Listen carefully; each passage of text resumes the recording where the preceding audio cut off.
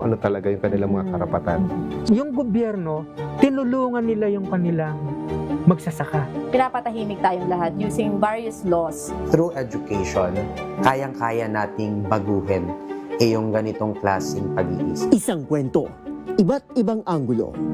Dito, sa Point of View.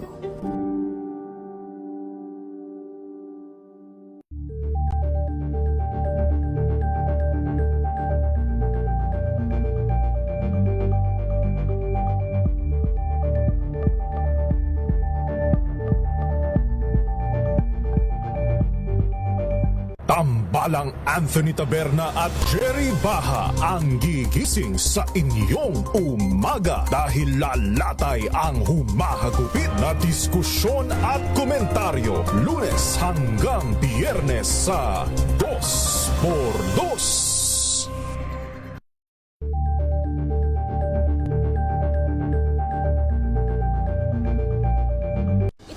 Ng naitalang 17 individual na ang kanilang naaresto.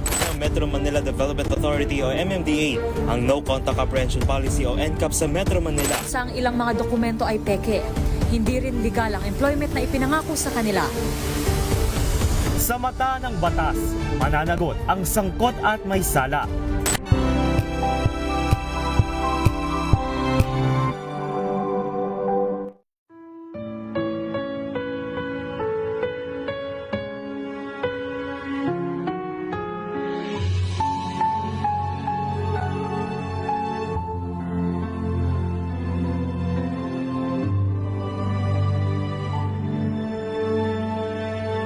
Ito ang oras ng panalangin, panalangin para sa pamilya. Ang mga petisyon na nilalaman ng panalangin ito ay hinango sa mga katuruan ng salita ng Diyos, ang Biblia. Ang salita ng Diyos mula sa Kolosas 3, Kapitulo 18 hanggang 21 at Efeso 6, talatang 4. Mga babae, pasakop kayo sa inyong asawa, sapagkat iyan ang kalooban ng Panginoon. Mga lalaki, mahalin ninyo ang inyong asawa at huwag kayong maging malupit sa kanila.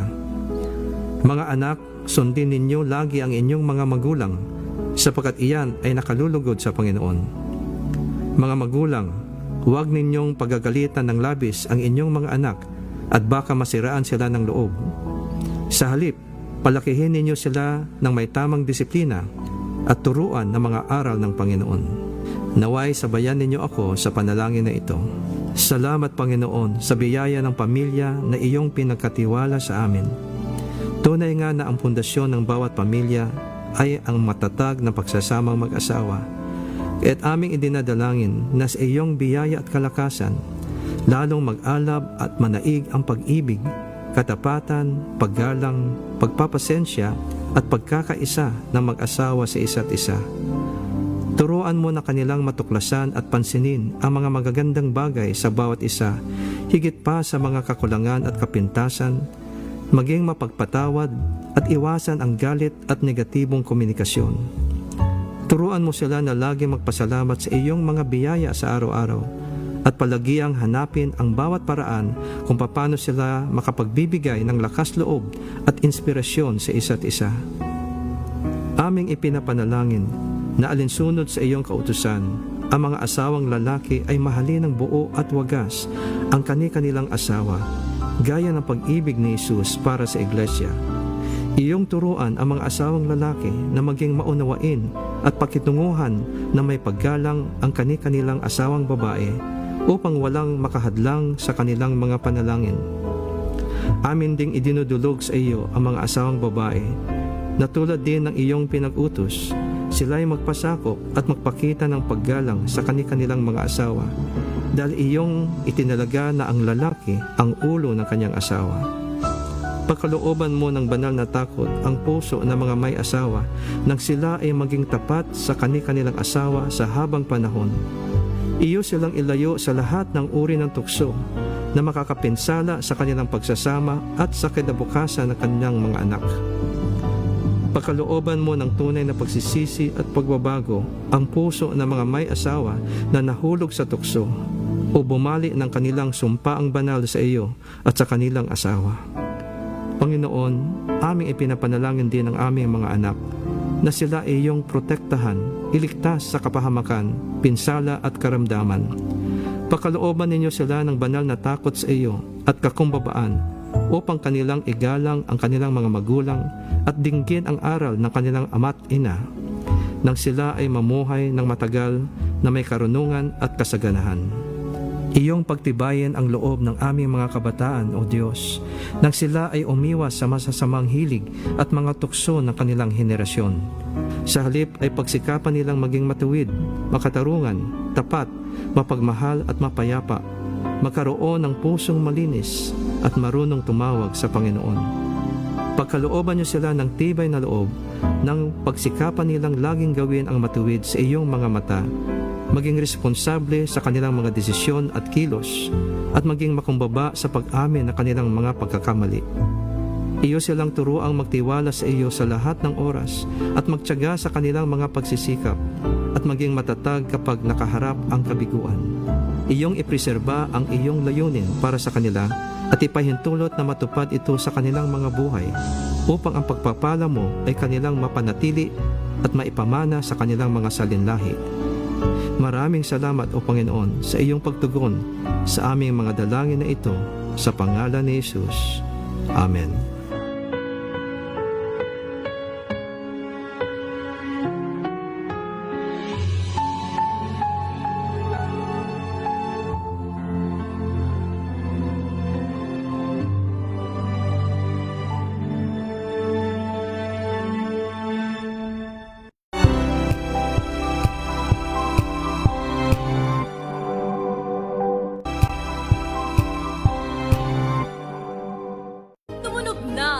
Gandingan para sa kalikasan. Ang nagkamit ng parangal bilang Best News Anchor ay walang iba kundi si Angelo Palmones ng Magandang Umaga Pilipinas, DZRH Radio 666 kHz.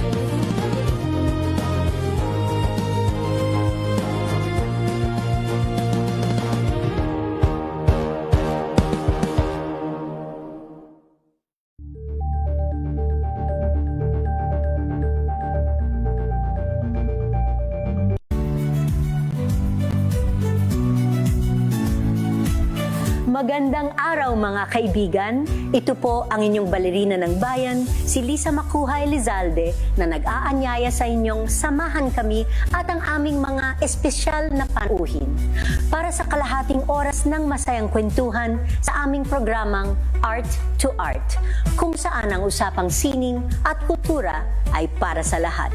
Huwag kaliligtaan, tuwing linggo, alas 3:30 ng hapon, dito lamang sa DZRH Radio, DZRH TV, at via online streaming.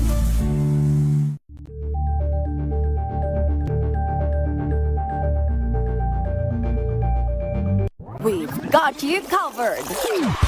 From the hottest hits, exclusive interviews, kilig to the bones fan meet experience, and hataw performances of your favorite stars. Saturdays, 12 noon, dito lang sa DZRH TV.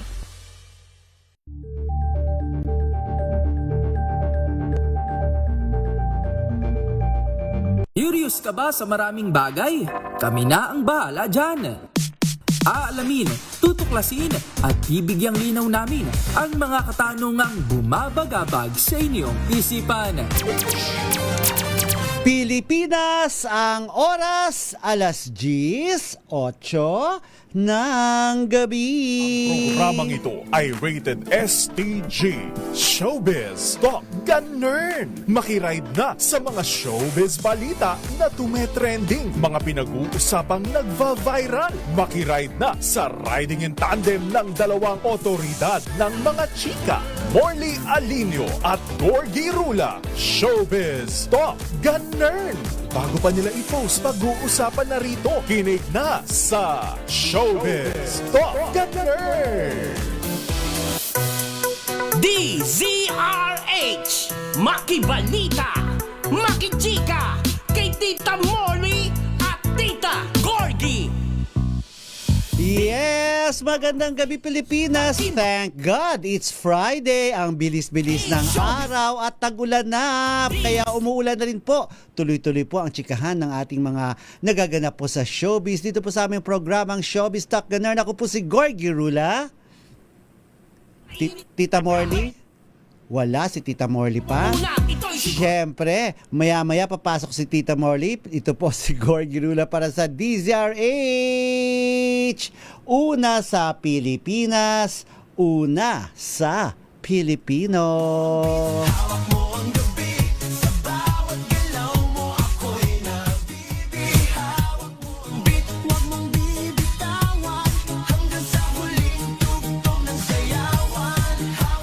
Ayan, nakita nyo, nagsasasayaw kami dyan sa gym kanina ng hawak ko ang beat. Eto muna, Tita Morley. Yes! Hawak na hawak ko ang beat. Yan. Ako po si Morley Alinio para sa DZRH. Ayan. Sige, so! Sayawan natin yan.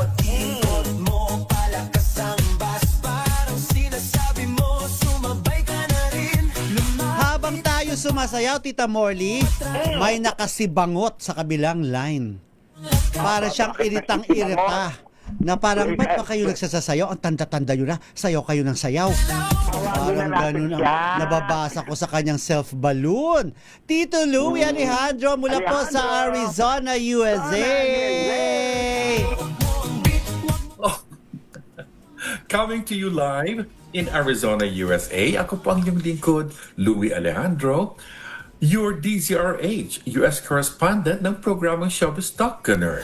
Buwabati sa iyo ng magandang umaga, good afternoon, naibagabigat yung amin sa ngapada, buenas noches a todos. Tito Gorgie, Tita Morley, Yes. may ibang time zones natin, Delta UI! Worldwide! Tek, pakiplay nga yung aming video ng hawak ko ang beat dyan sa Fitness First.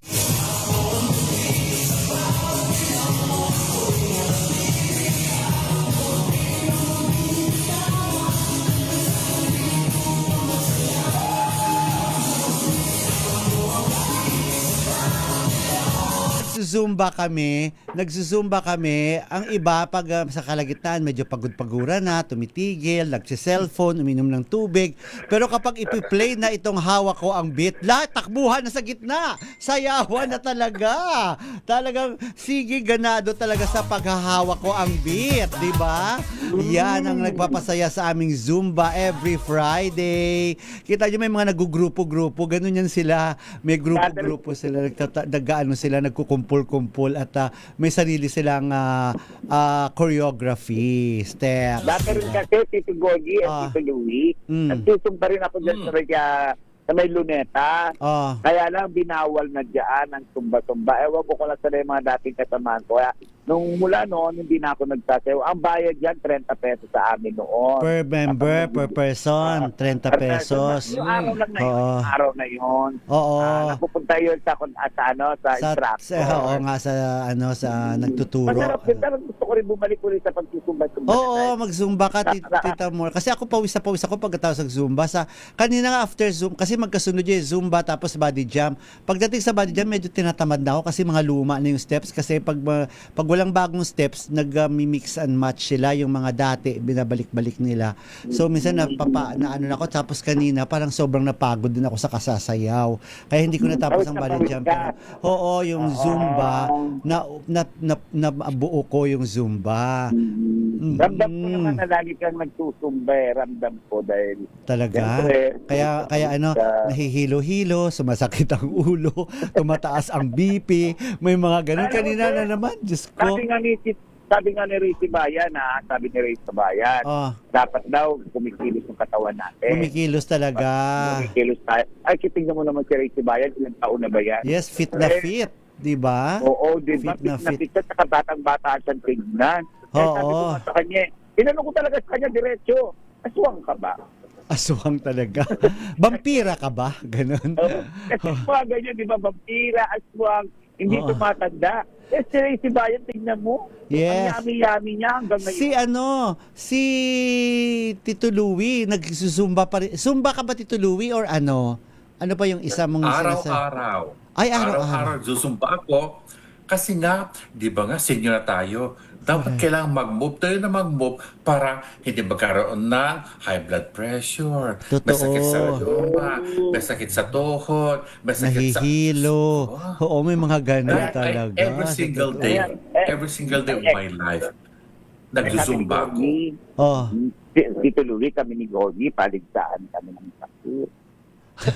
Patalbugan, di ba? Pero Dumarating tayo punto na sabay kami talaga na. Oo. Ang problema talaga kami dalawa. Naku, paano itong gagawin natin? Pero tayo may sakit. Yun. Dati, dumarating kami sa punto na gano'n, Tito Louie. At alam ba naiisip namin?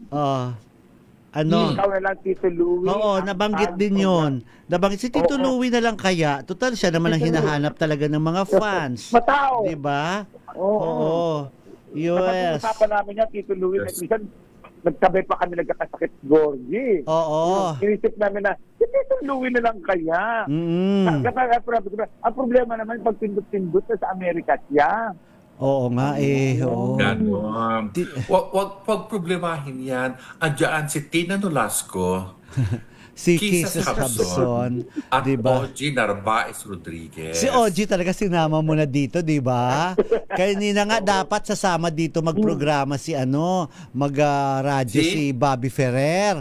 Sabi niya, sige, sabi ko sumama ka na nga kasi wala naman si Tita Morley para may kaharap ako dito. Hindi ako lang mag-isa dito sa booth. Sabi, umuo naman daw siya. Umuo naman siya. Tapos, pero bakit wala dyan? pagkalabas ko, naligo ako, nagbihis ako. Paglabas ko na napaalis na ako, sabi niya, ikaw na lang, tinatamad na ako. Sabi niya ganun. Aalis pa raw siya. Pupunta yata sa Divisoria at mamimili ng mga gulay and everything. Hindi mo maasahan yung Pero pa ako sa inyong dalawa. Ano? Kapag natapos kayo mag-zumba, pagkatapos kayo mag-body jump, make sure na meron kayong yoga, yung self-yoga. Yung parang stretching tapos parang mag-exercise. Kasi alam mo, effective talaga sa atin pong mga listeners. I don't know kung makaka-relate sila ha. Lalo't marami rin tayong mga listeners na senior citizen. Effective talaga yung deep breathing, yung parang nag-exercise ka. Yung deep mag-breathe in ka ng matagal tapos dahan-dahan mo rin 5 seconds. Dahan-dahan mo rin siyang i-breathe out. 'Di ba? Yung mo sa ilong mo tapos yan na 5-7-8. Yung mag-breathe in ka ng 5 seconds, then hold for 7 seconds.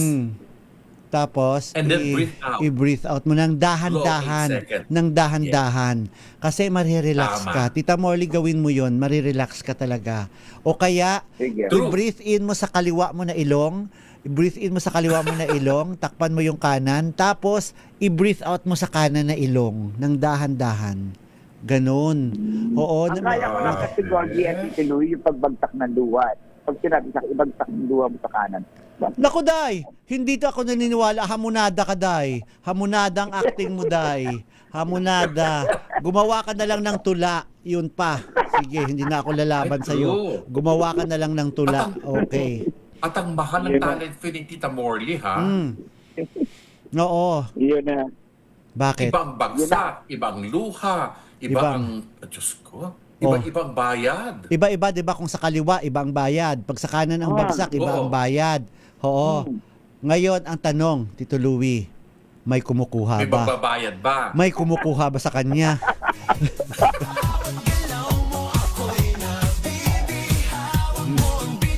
Ayan. Hello muna, of course, bago tayo magtsikahan at simulan ng ating mga pag-uusapan sa mga nagaganap sa showbiz. Eto muna, unahin muna natin ang ating mga inay. Batiin natin ang ating mga nanay, yes. Natin, of course. Oo. Tuwing umaga, yung lagi tayo nakaka-receive ng mga bali ng mga panalangin, pangumusta. Sherry Ramirez. Yes. Mami Sherry, hello po. At ang kanyang anak na napakabait, napakaganda, matalino. Maganda siya, in fairness. Joyce Ramirez. Actually, nung pumunta kami, sandali singit ko lang, nung pumunta kami sa doon sa invitation niya doon sa kay Tate Myron, yung Thai actor na Thai model actor na pina-interview sa amin. Yung ibang mga kasamahan, mga kaibigan ko, mga press na nandoon, naghuhulaan kung ilang taon na si Miss Joyce Ramirez. Oo. Oo, talagang nagtatalo-talo sila. Nakalimutan ko itanong kay Miss Joyce yung edad niya. Siyempre nakakahiya naman, 'di ba? Napaka-unethical, 'di ba? Pag ano ko. Pero nag-uusap na isa sa mga napapag-usapan habang hinihintay namin yung turn namin to interview, naghuhulaan na. Umabot nasa 50 na kaya si Miss Joyce or wala pa siya sa 50? Sabi siya, parang wala pa eh.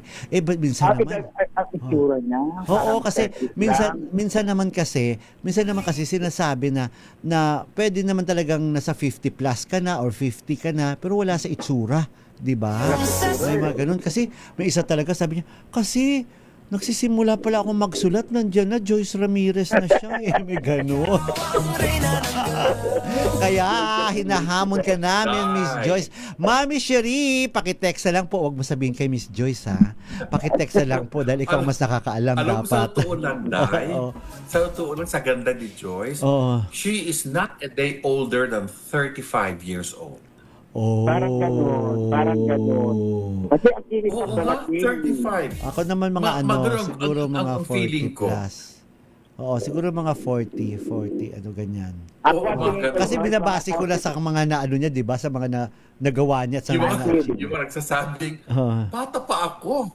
Isang Joyce Ramirez na siya. Bongga siya, ha? Yes, Tita Morley, ano sabi mo?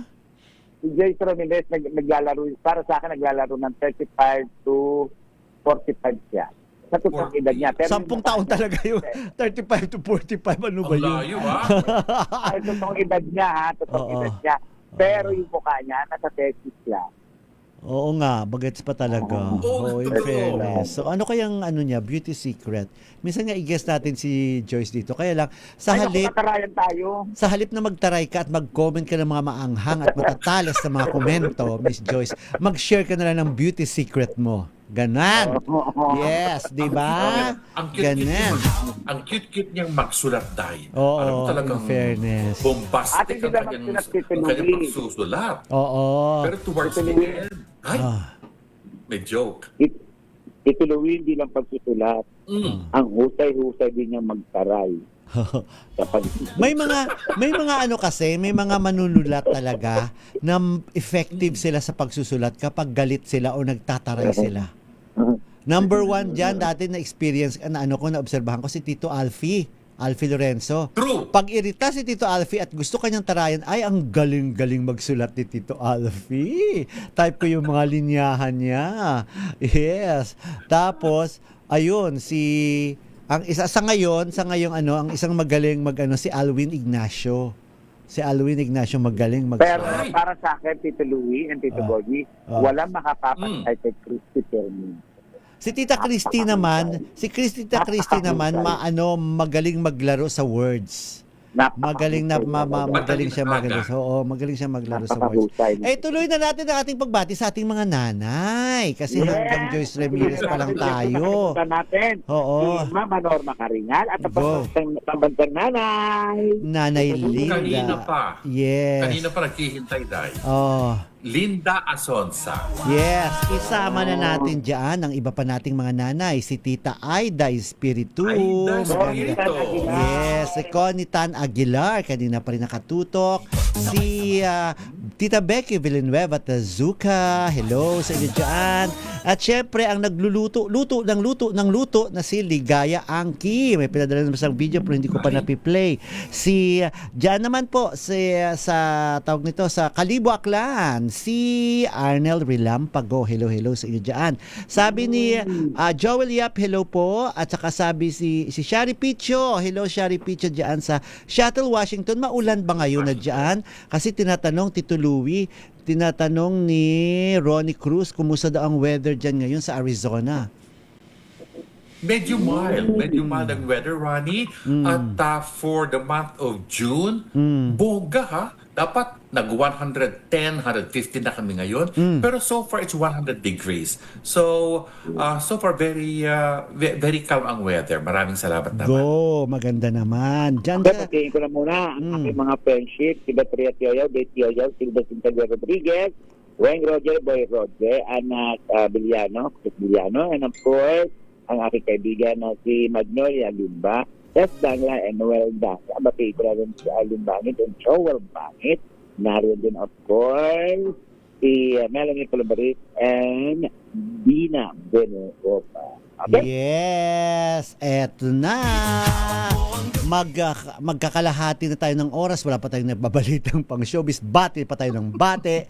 Eto kasi, may lumabas na blind item na ang daming nakahula. Ang daming humuhula pala na si Bella Padillo daw ang tinutukoy dito sa blind item na ito, na ang sabi sa blind item, aalis na raw siya sa kanyang nilalabasan na teleserye dahil nga hindi naman daw kinukonsider or tinatanggap ang mga suggestions niya para lalong mapaganda ang teleserye. Kasi 'di ba si Bella nagsusulat, magaling siya magsulat. Si Bella nagdidirect ng pelikula. Bukod sa magaling din siyang umarte. Ang sabi doon sa blind item na itong si actress daw na suggest or may mga inputs siya para mapaganda yung kanyang teleserye, pero hindi daw ito pinapakinggan kasi meron ng sariling team itong teleserye na ito na sila ang bumubuo talaga, at ang production team sila ang bumubuo ng kwento at hindi nila man lang kino-consider yung nitong actress na ito. At ang hula ng karamihan sa mga netizens na nakabasa ay si Bella Padilla daw ito dahil nga magaling naman talaga si Bella. Pero kung naalala nyo, si Bella ay nag-react noon nung mga nagko-comments na bakit mo pinayaang makapasok dyan ang tiyuhin mo nung binabash nila si Senator Robin Padilla na naging part ng Blood versus Duty. At sinagot yun ni Bella, na sabi ni Bella, wala akong say sa production, hindi ko alam kung sinong kinuha nila. Ako umaarte lang dyan, artista lang dyan, at hindi ko alam kung ano ang plano ng production. In other words, wala siyang inputs diyan at hindi siya nakikialam sa takbo ng kwento nitong Blood versus Duty, na gumaganda ang takbo ng kwento at magagaling dito lalo na si Bella at saka si Baron Geisler, si Gerald Anderson, at saka si Richard Gutierrez. Kahapon dun sa press con ng pelikulang Behind That Smile, na isa doon sa mga bida ay si EJ Falcon. Si EJ Falcon na isa po sa cast ng Blood versus Duty. Tinanong namin si EJ, totoo ba na tatanggalin na si Bella or aalis na si Bella sa Blood versus Duty? Heto po ang reaksyon or ang sagot ni EJ Falcon. Hindi po kasi siya lagi yung ka-eksena ko. May mga times na magkasama kami, pero syempre doon kami sa TFAs, kami yung lumulusob, siya nandun sa sa office, parang ganun. So hindi kami talaga yung nagkaka-encounter, kami magka-eksena together. So sa set ko na kami naririnig na wala po akong alam sa ganyan. Syempre pagdating po kasi sa set, focus na lang ako sa character ko. At saka yung tension kasi sa trabaho, 'di ba? Alam niyo naman, pagod, puyat ang mga tao. So, 'yun. Panoorin niyo Blood versus Duty. Salamat. Ayan. Sabi naman ni EJ Falcon, sabi niya kagagaling lang daw nga niya ng taping at nandun pa rin naman daw si Bella. Malapit na daw sila matapos ng taping. Wala naman daw silang nababalitaang aalis na siya sa teleseryeng iyon. Yes, Tita Morley? At saka, alam nga naman magsalita itong si EJ, alam nga naman kukumpirmahin niya, di ba? Oo, alam ko kumpirmahin niya, magiging maldito naman ang dating niya. Oo. Naman ang dating nun. Kaya, siyempre, kahit may alam siya kung ano man nalalaman niya, isisip niya yun at hindi niya kailangan ipangalandakan pa. Pero sa tingin ko, tingin ko hindi totoo. Tingin ko hindi si Bella kung ano nga yung blind item na yun, kung totoo talaga, I don't think na si Bella yung tinutukoy. Pero saka ang pananaw ko, mag-i-NC si Louie, pananaw ko dyan sesyo ko ng magaling magsulat si Bella, magaling mag-direct, at lahat ng talent na sa kanya. Wala siyang karapatang mag-demand dahil talent siya doon. Artista siya doon. Inuutos ng director, inuutos ng script, dapat niyang gawin yun. Hindi siya mag-demand kung ano ang pwedeng mangyari. Dahil artista ka dyan. Yun lang ang maliwanag ko. Yes, agree.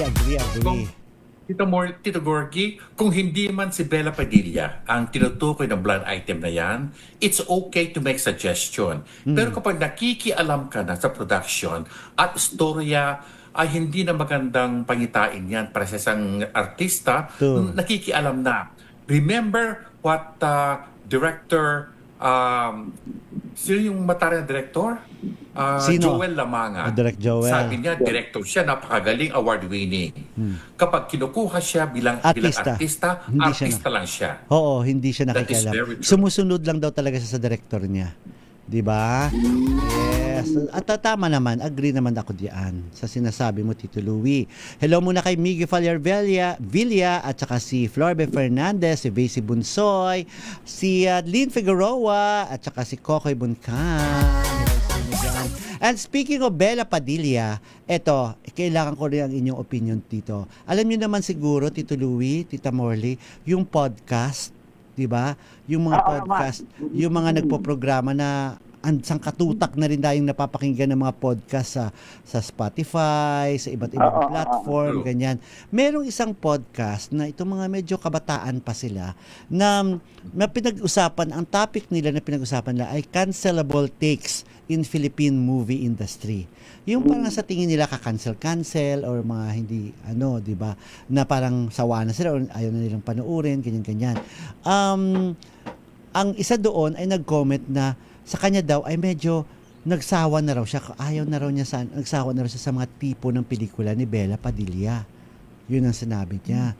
So, at saka nag-comment din yung isa na nag-comment daw si Bella Padilla na sabi niya sa mga critics, yung mga nagbibigay ng mga obserbasyon nila or opinion nila sa isang pelikula or sa isang project ay sana daw kung maglabas kayo ng inyong pagsusuri or panunuri ninyo sa isang project, sana daw wag i-compare sa isang foreign film or foreign material. Yun yung comment ni Bella Padilla. At nag-comment din sila doon. Sabi nila kasi nga daw, ang mga pelikula natin, predictable na, alam na kung anong ending, alam na kung ano yung kahihinat na nito, walang mga twist, mga ganyan. So, si Bella ay nag-react doon sa sinabi ng mga nagpo-podcast na yon na sabi nila ay ayaw na, parang sawa na sila sa mga tipo ng pelikula ni Bella Padilla. Of all artists talaga, Bella Padilla pa ang napansin nila.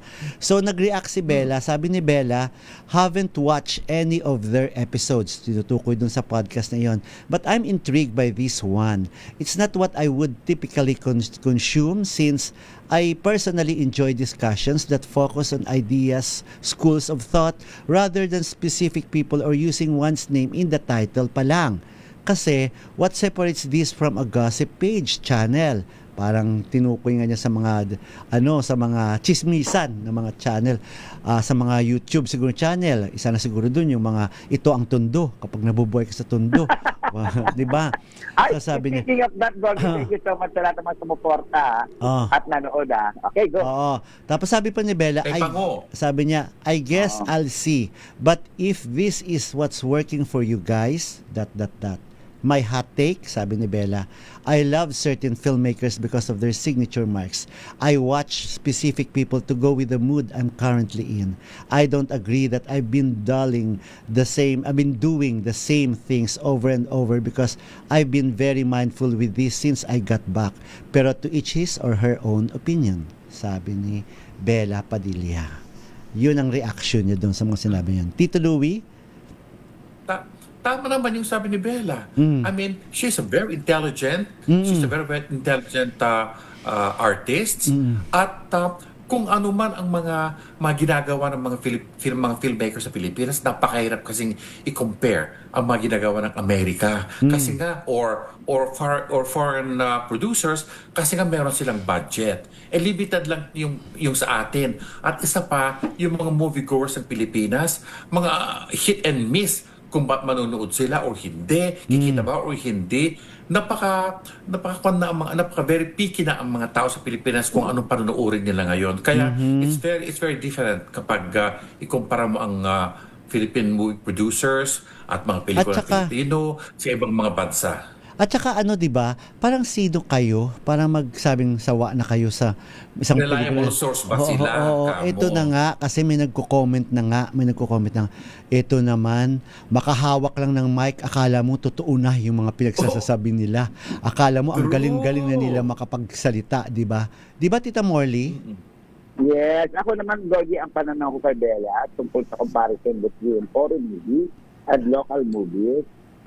No comparison between two films na foreign and local. Kasi ako, may hindi na manood ng mga foreign movies. Ang foreign movies kasi talagang ginagastusan nila. Hindi sila tulad ng ibang pelikula na doon lang sa isang bahay ang location. Natatapos ng 2 araw. Wala pa 2 araw, tapos lang. Ginagastusan talaga kasi nila. Kasi ang local movie natin talagang tipid sa isang bahay nga lang nangyayari. Yung isang eksena. Yung eksena sa isang bahay, lalabas na ng konti, harapan ng bahay. Tapos na, ang pelikula. Pero may in fairness naman, Tita Morley, may marami naman tayong pelikulang patitino talaga. Magaganda talaga rin. Marami. At kahit yung sitwasyon kagaya na itong Sango, di ba, nakakatawa yung mo. Love Ngo. Oo, nakakatawa talaga yan. Pero tingnan mo ang kusag-sag ng isunod. Sa lugar ng bahay at lugar sa tindahan. At sa labas ng bahay. So hindi mo nagustuhan? Matino ang pelikula. Yun naman pala. Pelikula, may moral values ang naturang pelikula. Kaya masarap siyang panoorin. Pero doon sa mga, ako naman gusto ko magkomento kayo, doon sa mga mga influencer, mga nag-YouTube, mga nagpo-podcast, parang ang galing-galing ninyo magkomento, lalo na itong mga kabataang, itong mga influencers na to. Ang galing-galing ninyo magkomento, akala nyo parang alam nyo ang lahat, hindi nga ninyo alam ang history ng movie industry. Ang dami pa nga artistang mga veterano na hindi pa ninyo kilala, 'di ba? So, yun nga, may nag-comment na makahawak lang kayo ng mic, 'di ba? Okay, agree ako doon. Opinion namin ito. Wala namang makakakontra dito. Pero wag naman kayong umusta na akala nyo totoo yung mga opinion ninyo. Kasi opinion is only opinion. It's not a fact. Diba? Opinion is not a fact. Diba? Gogi at Tito Louie, nakakasakit din bilang isang vlogger, ha? Although kasama talaga sa trabaho yan. Pero sana kung ang comment nila ay constructive, okay lang. Pero minsan personal na yung banat kayo. At saka nagagaling-galingan, akala mo, kayo nga gumawa ng pelikula. Sige nga. Diba? Nanonoodin nila yung vlog mo o pelikula mo. Sa akin na lang personal. Nanonoodin yung vlog ko. Tapos, ilalabas mo, may content ka na. And then, after ng content na yun, nagiging yung questionable, ito ba ito? Ganito ba yan? Ganyan ba yan?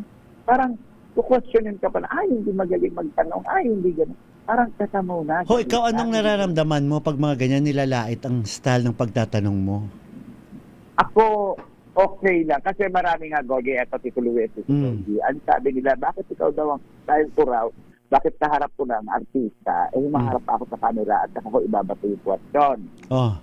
Ibabato yung question. Sabi ko, yun ang style ko. Kanya-kanya naman ang style ang mga writer. Kanya-kanya ang style niya. Mali ba yun? Pag umaharap ka sa camera, pag magtanong, o kaharap artista, mali ba yun? Sabi nila. Pero bakit? Aking... di ba dapat haharap ka sa camera kasi parang kasama mo dito yung mga manunood, di ba? Tama, pero marami nagre-react ng Gogi, alam mo na yon, sino. Sino nagre-react? Sino bang nagre-react? Si Bobby Ferrer? Si Ogie Narvaez? Si Ogie Narvaez Rodriguez? Hindi, sa totoo lang. Sino pa? Si Jun Lalin? Basta ang masasabi ko lang, Gogi, sa mga tao, hindi na lang doon sa pagharap ko sa camera at pagtabato ko ng maarte daw ako, pabulaklak. Sabi ko nga, yan ang style ko. Ano magagawa ninyo? Pag iniba ko naman ang style ko, hindi na ikaw yun. Molly Alinio. Correct. Pero ang masakit, hindi yung constructive naman yan, Gogi, yung sinasabi sa akin na gano'n. Ang pangit dito, Gogi, yung pinipersonal ka na. Oo, pinipersonal ka na. Pinipersonal ka. Pero kung tungkol sa trabaho, okay lang. Kung tungkol sa project nyo na, pangit na mag-interview, okay lang yun.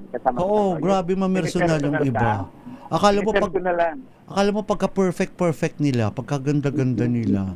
Oo. Tapos sasabihin nila, tanga-tanga mo, ganyan ka. Pero talagang grabe. Oo. Ano lang? Akala mo, palibhasa hindi sila kilala, di ba? Hindi naman nagtatago sa kung anumang pangalan, di ba?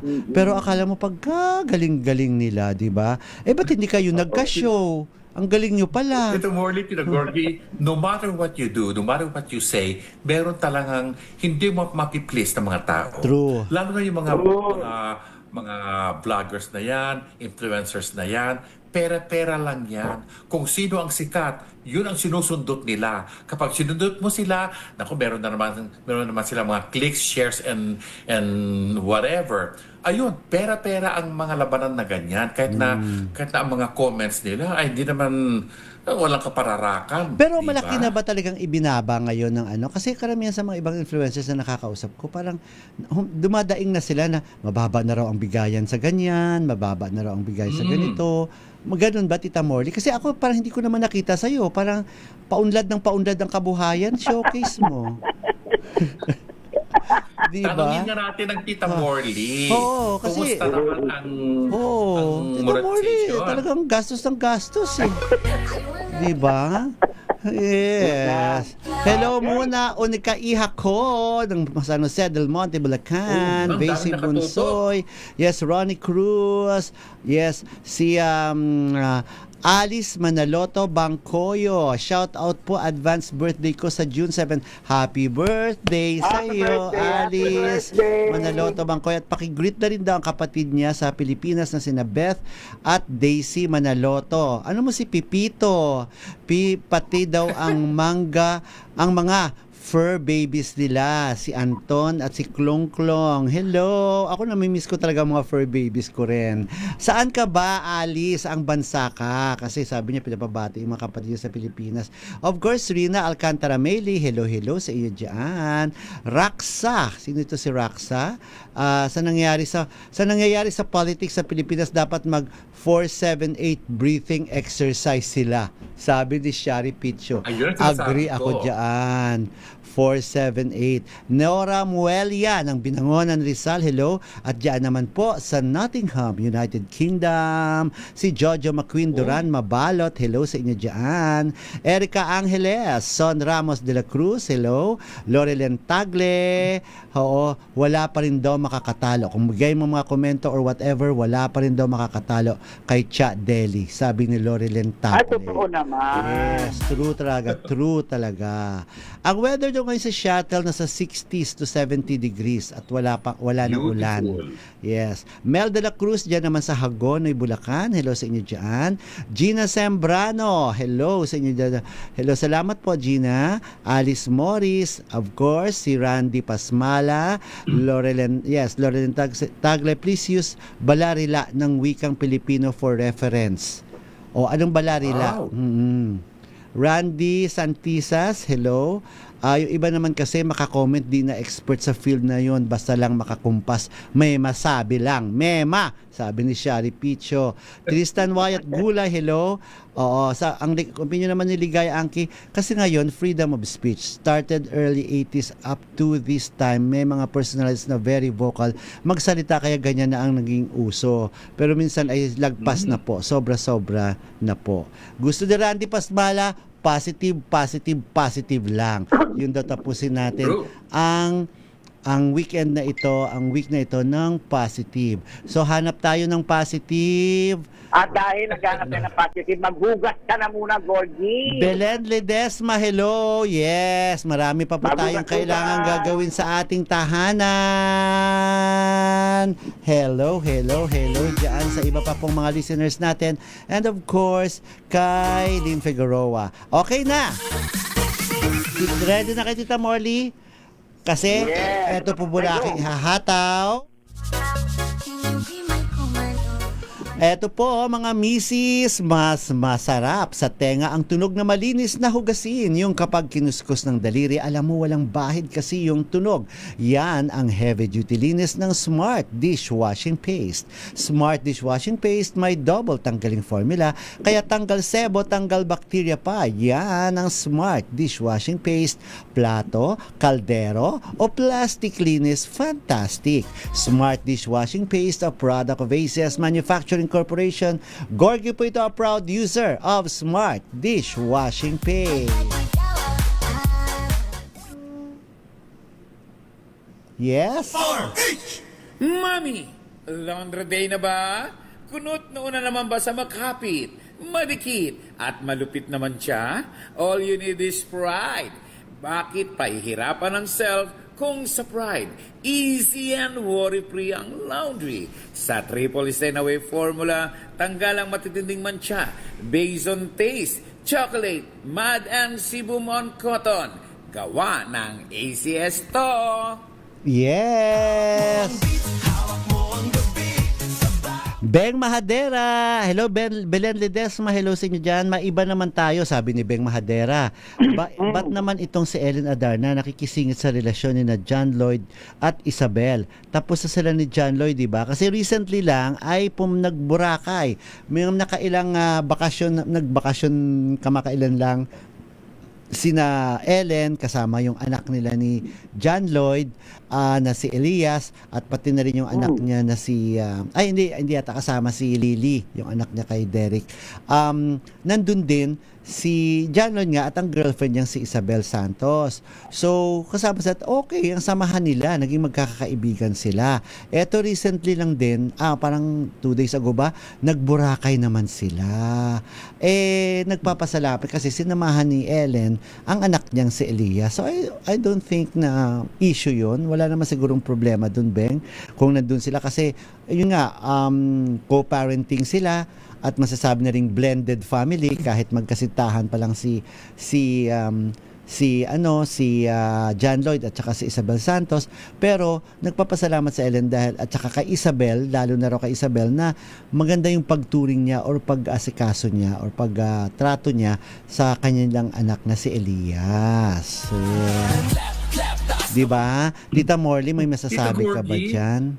Nabanggit mo kanina about happy birthday. Alam mo kung sino ang birthday ngayon?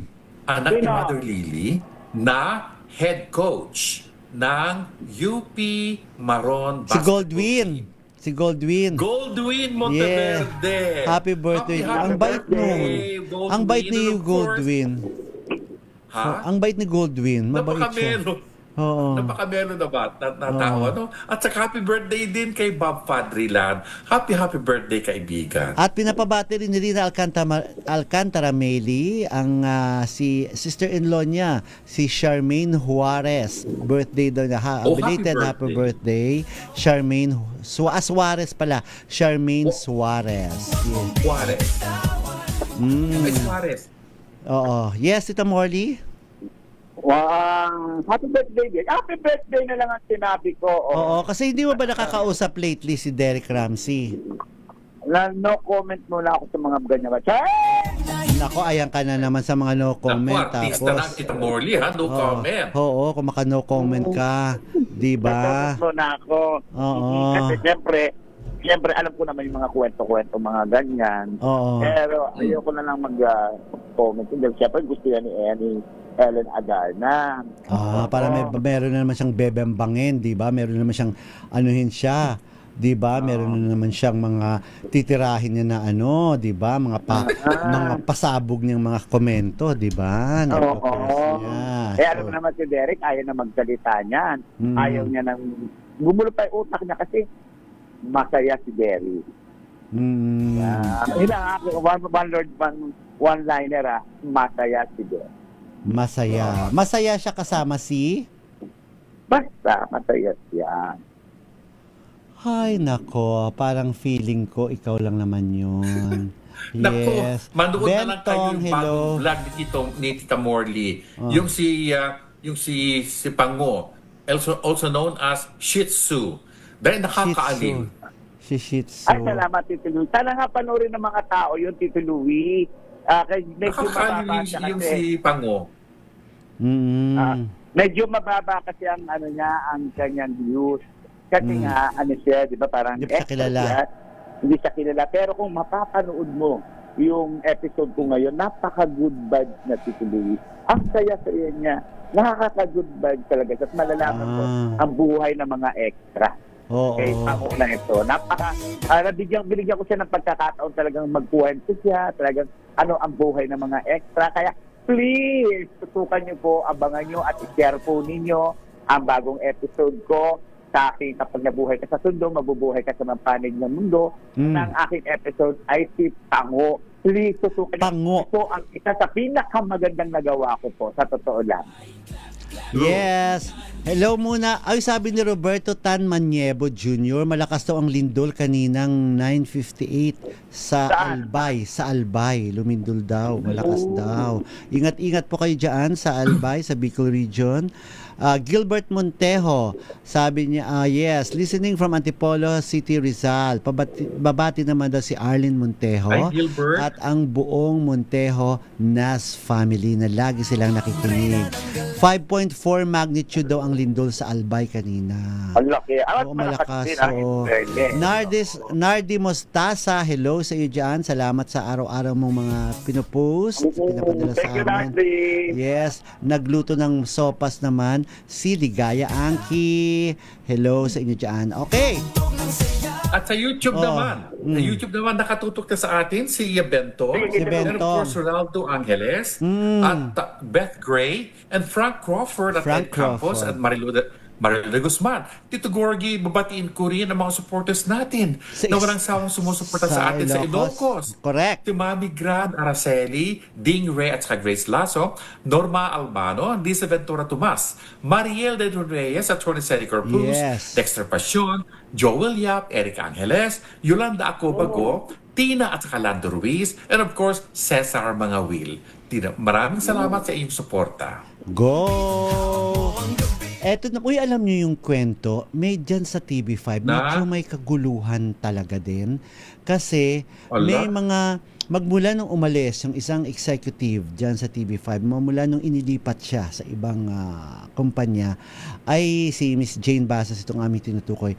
May mga iba pa siya dyan, mga kaanib niya talaga, na ang pinag-iinitan daw nila ngayon ay si Mr. M, si Johnny Manahan. May mga naglabas nga ng balita na tinanggal na si Mr. Johnny Manahan sa TV5. Heto po yung nasagap naming kwento. Kasi, nung last Saturday ay live itong programang Vibe ng TV5 na dinidirect ni Mr. M. Siya ang nagdidirect nito.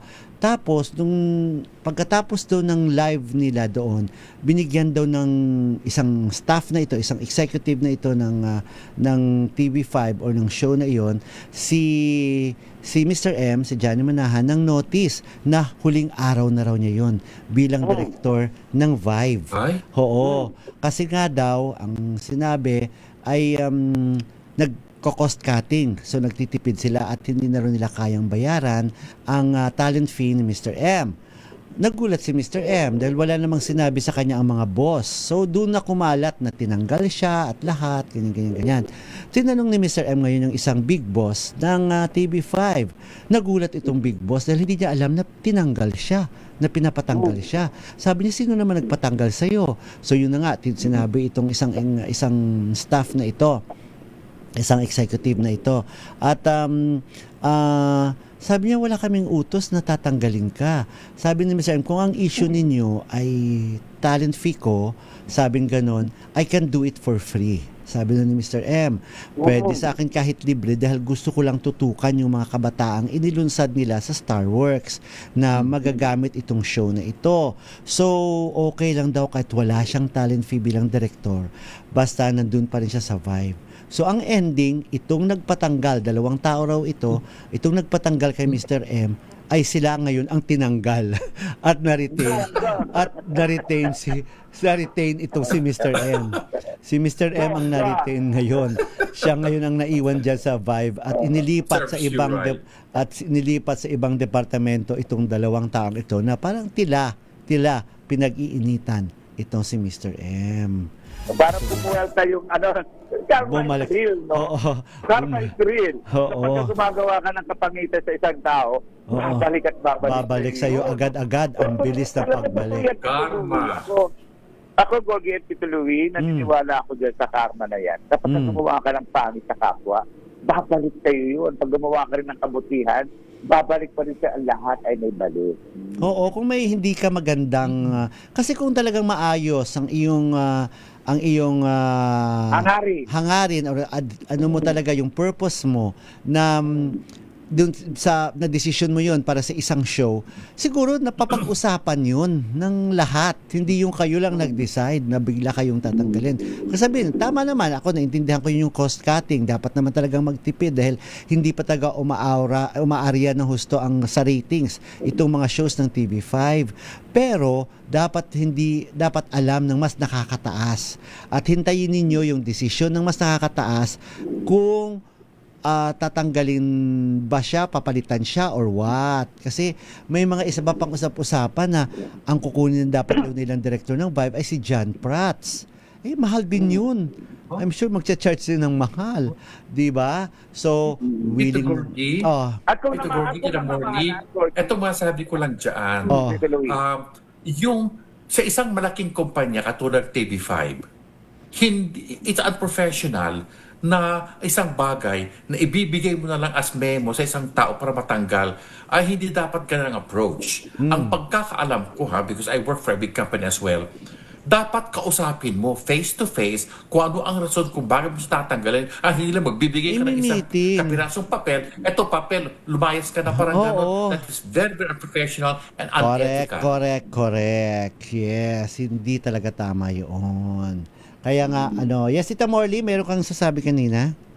Ang sinasabi ko lang kanina ay sumasang-ayon ako kay Tito Louie and sa'yo na hindi mo dapat tinatagalan ng tao at kung sa kumisilo sa trabaho siya, nakakapagbigay siya ng tamang trabaho. Ngayon, kung hindi na pwede niyong kausapin, sulatan o whatever, pero wala kang karapatan na isa ka rin empleyado na magtataray. Ako, patakot ka sa karma dahil ang karma na rin yan. O pag nalakit ka ng kapwa mo, ang dating yan, mas masakit ang darating sa iyo. Correct. Marisa Opolentissima, hello, magandang gabi, of course. At si Marilu de Guzman, hello sa inyo dyan. Si Joel Yap, hello sa inyo dyan. Okay. Eto naman, of course, nakausap namin si EJ Falcon dun sa pelikulang Behind the Smile na it's an advocacy film na tumatalakay sa HIV awareness na hanggang ngayon pala ay mataas pa rin ang datos ng mga HIV cases dito sa ating bansa. At isa sa mga mataas pala na number ng mga HIV cases ay sa Oriental Mindoro. So sinasabi nila na dyan sa Oriental Mindoro. So itong gumawa ng pelikulang ito, ang producer ng pelikulang ito ay taga Oriental Mindoro, ang EVTR Trading and Construction, at kasama dito ang Go Films, GO Films, at saka ang direktor na si Lawrence Rojas ay taga Mindoro rin. At syempre, ang isa sa mga artista na si EJ Falcon ay taga Mindoro rin. So, nilinaw namin sa kanila bakit nga mataas ang datos ng HIV sa ilang parts sa Oriental Mindoro, lalo na daw dyan sa Calapan. Sabi ko, totoo ba na ang isa sa dahilan ay dahil sa mga pumupunta dyan sa Puerto Galera? Kasi ako hindi pa akong nakaikot talaga dyan ng husto sa Puerto Galera, pero may mga usap-usapan na may mga ibang lugar daw dyan sa Puerto Galera na parang dyan talaga yung parang haven ng mga miyembro ng LGBT at minsan sobra na raw yung mga ginagawa nila. At isa yun sa mga tinuturo nila kaya nagkakaroon ng AIDS or nagkumakalat ang AIDS or HIV kasi nga dahil dyan sa mga ginagawa ng ibang mga pumupunta dyan or dumadayo dyan sa Puerto Galera, lalo na itong mga foreigners daw na nandiyan na nakikipaghalubilo sa mga ibang miyembro sa karamihan sa mga LGBTQIA. So, tinanahin nga namin ang reaction dyan ang direktor at siya rin nagsulat ng pelikulang ito na si Lawrence Rojas. Ito po ang kanyang pahayag. Baka naman kasi may ibang probinsya din na marami pero hindi sila nagpapatingin. Sa datos kasi, that's why Calapan City ang pinakamarami sa buong Oriental because nandun po yung magagandang hospital, nandun din yung Mindoro Med. Tapos dikit-dikit po kasi yung hospital doon na mas magandang siguro baka doon sila talaga nagpapatingin. About doon sa Puerto Galera, It's not about the place naman kasi para sa akin. Kahit sa ang lugar pa yan, kahit sa Boracay or kung ano man lugar, kung talagang makikita natin na marami ang cases at nagpapatest sila, malalaman natin. Baka siguro may time na talaga sa ibang provinces, hindi pa talaga nila ini-expose yung mga ganitong bagay. Which is buong Pilipinas, part of that kanina, 155,000 pala tayo sa buong Pilipinas ang cases. Yung sa Mindoro lang ang 5,000. Ayan po ang paliwanag ni Direk Lawrence Rojas ng pelikulang Behind the Smile na ipapalabas ito sa July. It's an advocacy film na hindi nila, pinag-isipan pala kung ipapalabas sila sa mga sinihan, pero mga black screenings daw muna sa mga ibang mga special. Pero ako pananaw ko dyan, Gorgie, kasi madami yan. Talaga yung masyado silang teksto. Di ba kasi ganito eh. Di ba dumating yung punto sa sundo na dati maklang namamatay. Dumating yung punto na yan eh. Di ba yung kwento natin sa'yo. Kasi pagka yung lalaki pumatol sa isa, papatol ulit sa isa. Yung lalo na yung tinatawag nilang service boy. Yung service boy po, kumakalat. Ang service boy po, kung anong ginagawa ng bakla, yun ang ginagawa din ng mga lalaki. Okay, yun po. Pero, yes, Tito Morley. Klaruhin natin. Kapag ang bakla ay, kapag ang lalaki pumatol sa may age, ayan, yung bata. Karami kasi bata, batang lalaki, mga buwapo eh, karamihan eh. Malakas ang immune system nun, kakalat. At malakas ang immune system nila, dahil malakas ang immune system nila, mas kakapit doon sa mga makalala. Medyo mahihina na. Mahina na, lalo na kung matanda na. Matanda na. Hindi naman tayo, Gorgie, sa nagmamalini. Pero sana, sa pakikipagtalik natin, tandaan natin na laging pakikipagtalik ay dapat natin safe. Isipin natin yun, nakakahiya, lalo na sa edad natin, no? Nagkaroon ka lang, tumatanda ka na, saka pa ka correct.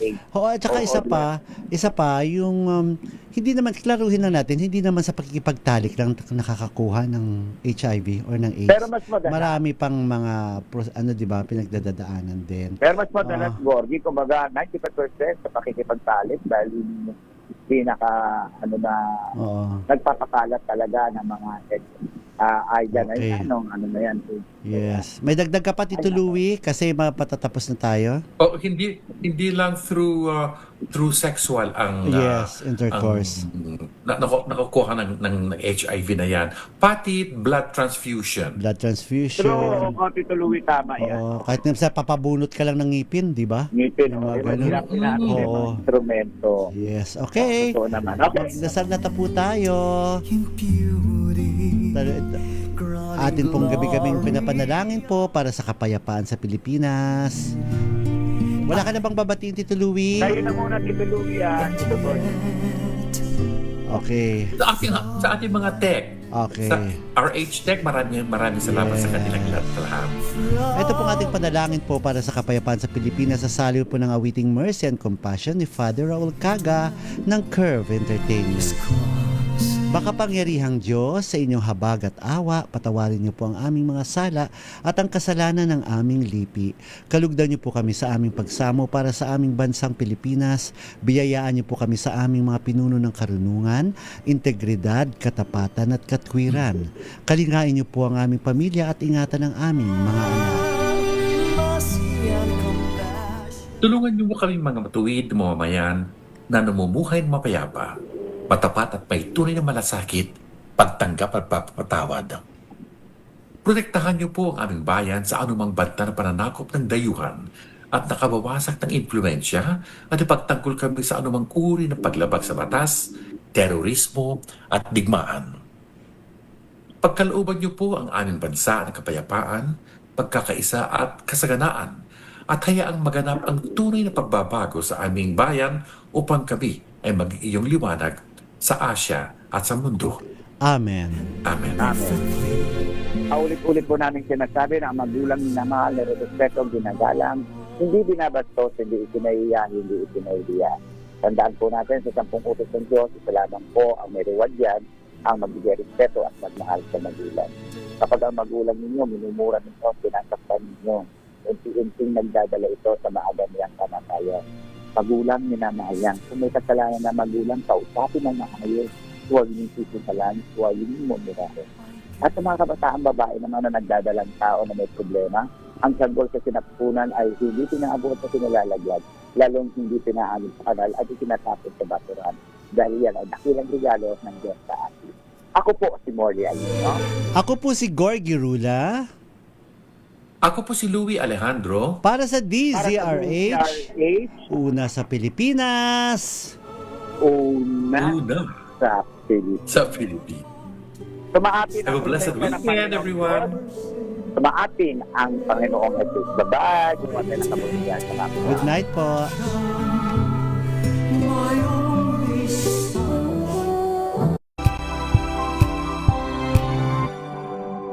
Sa loob ng 86 na taon, DZRH ang naging kaagapay ng mga Pilipino sa balita, sa serbisyo at sa bawat kwento.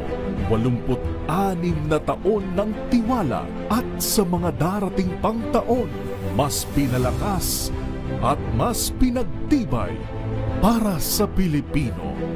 DZRH,